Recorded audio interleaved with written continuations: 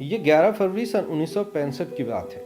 لاہور کے شاہی قلعے میں ایفرو ایشیا مجلس مذاکرہ کے مندوبین کے لیے ایک ثقافتی شو کا اہتمام کیا گیا، جس کے میزبان مغربی پاکستان کے گورنر نواب قلعہباغ اور مہمان خصوصی شہنشاہ ایران تھے۔ اس شو میں فلمی دنیا سے وابستہ صف اول کے تمام فنکاروں کو اپنے فن کا مظاہرہ کرنے کے لیے دعوت دی گئی تھی۔ اس شو کے منتظم ایک اداکارہ کے پاس بھی پہنچے، جس کے رقص پوری فلمی دنیا میں مشہور تھے، اور اسے انتہائی تحکمانہ انداز میں اس ثقافتی شو میں شرکت کرنے اور وہاں رقص کرنے کا کہا۔ اداکارہ کو شو میں طلبی کا یہ انداز انتہائی ناگوار گزرا اور اس نے شرکت سے انکار کر دیا، لیکن تقریب کے میزبان نواب قلعہباغ کسی کا بھی انکار برداشت نہیں کرتے تھے۔ اداکارہ کا تقریب میں شرکت سے انکار ان کی انا کا مسئلہ بن گیا اور انہوں نے لاہور کے چند مشہور بدماشوں کو مبینہ طور پر اچھا شکروالا کے ساتھ پولیس کی سربراہی میں اداکارہ کے پاس بھیجا۔ بدماشوں نے اداکارہ کو بے عزت کیا اور اسے رقص نہ کرنے کی صورت میں انتہائی سنگین نتائج بھگتنے کی دھمکیاں دی۔ یہ اداکارہ اپنی تذلیل برداشت نہ کر سکی اور پھر چند ہی گھنٹوں میں خبر پوری فلمی دنیا میں گردش کرنے لگی کہ فلاں اداکارہ نے خواب آور گولیاں کھا کر خودکشی کی کوشش کی ہے اور وہ نہایت نازک حالت میں لاہور کے ایک اسپتال میں داخل ہے۔ اداکارہ کے زندہ بچنے کی امید بہت کم تھی، مگر اللہ رب العزت نے انہیں بچا لیا۔ ملک بھر میں خصوصاً فلمی دنیا میں اس واقعے کا شدید رد عمل سامنے آیا۔ یہ تھی اداکارہ نیلو۔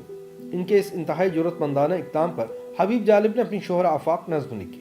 اس نظم کا پہلا بند تھا: تو کہ ناواقف آداب شہنشاہی تھی، رقص زنجیر پہن کر بھی کیا جاتا ہے، تجھ کو انکار کی جرأت جو ہوئی تو کیوں کر، سایہ شاہ میں اس طرح جیا جاتا ہے۔ فلمی دنیا کے مشہور مصنف اور ہدایت کار ریاض شاہد پر نیلو کے اس اقدام کا گہرا اثر ہوا۔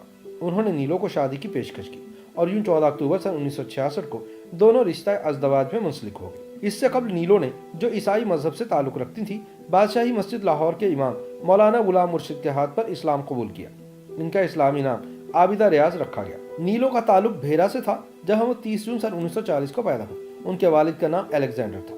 نیلو کا پیدائش پر نام سینتھیا الیگزینڈر فرنینڈس رکھا گیا۔ قیام پاکستان کے کچھ ہی عرصے بعد نیلو کے والدین اپنے بیٹے انور الیگزینڈر اور نیلو کے ساتھ لاہور منتقل ہو گئے۔ یہ سن 1955 کی بات ہے۔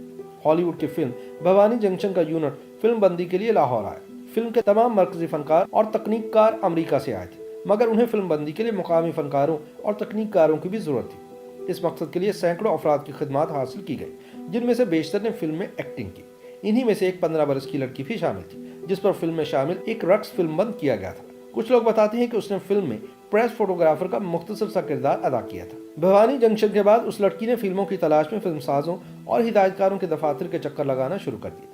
شروع میں اسے ناکامی کا سامنا کرنا پڑا، حتیٰ کہ شباب کرانوی نے اسے دیکھتے ہی یہ کہہ دیا تھا کہ وہ کبھی اداکارہ نہیں بن سکے گی، مگر قسمت کی دیوی اس پر مہربان تھی۔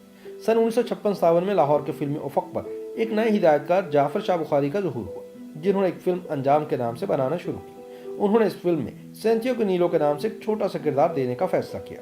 یہ فلم 8 مارچ سن 1957 کو نمائش پذیر ہوئی۔ فلم ناکامی سے دوچار ہوئی، مگر فلمی دنیا کو نیلو کا تحفہ دے گئی۔ اسی برس 9 اکتوبر کو فلم ساز سیف الدین سیف اور ہدایت کار جعفر ملک کی فلم 7 لاکھ نمائش کے لیے پیش ہوئی۔ اس فلم میں مرکزی کردار سبیحہ اور سنتوش کمار نے ادا کیے تھے، مگر فلم کا ایک گانا جو زبیدہ خانم نے گایا تھا فلم کی شہرت کا سبب بن گیا۔ اس گانے کے بول تھے: آئے موسم رنگیلے سہانے، جیا نہیں مانے تو چھٹی لے کے آ جا ورنہ۔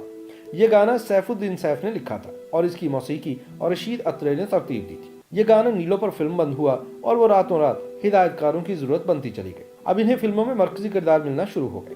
بطور ہیروئن ریلیز ہونے والی نیلو کی پہلی فلم کچیاں کلیاں تھی۔ پنجابی زبان میں بننے والی اس فلم نے نیلو کے مد مقابل ہیرو کا کردار اسلم پرویز نے نبھایا تھا۔ اس کے فلم ساز حکیم علی اور ہدایت کار امین ملک تھے۔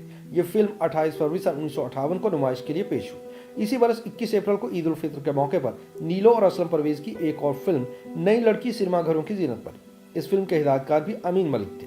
یہ بطور ہیروئن نیلو کی پہلی اردو فلم تھی۔ اب آہستہ آہستہ نیلو فلمی صنعت میں اپنے قدم جماتی گئی۔ ان کی کامیاب اور ناکام فلموں کا تناسب برابر ہی رہا۔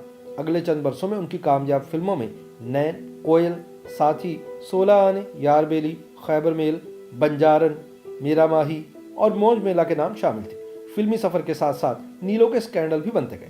رتن کمار اور درپن کے ساتھ ان کے معاشقوں نے بڑی شہرت حاصل کی، مگر جب سن 1966 میں وہ ریاض شاہد کے ساتھ رشتہ ازدواج میں منسلک ہوئیں تو پھر انہوں نے ایک بھرپور گھریلو زندگی گزاری۔ سن 1967 میں عرب اسرائیل جنگ کے بعد فلسطینیوں کی جدوجہد آزادی پوری دنیا کی توجہ کا مرکز بن گئی۔ ایسے میں ریاض شاہد کے انقلابی کردار نے اس جدوجہد کو سینما اسکرین پر منتقل کرنے کا فیصلہ کیا۔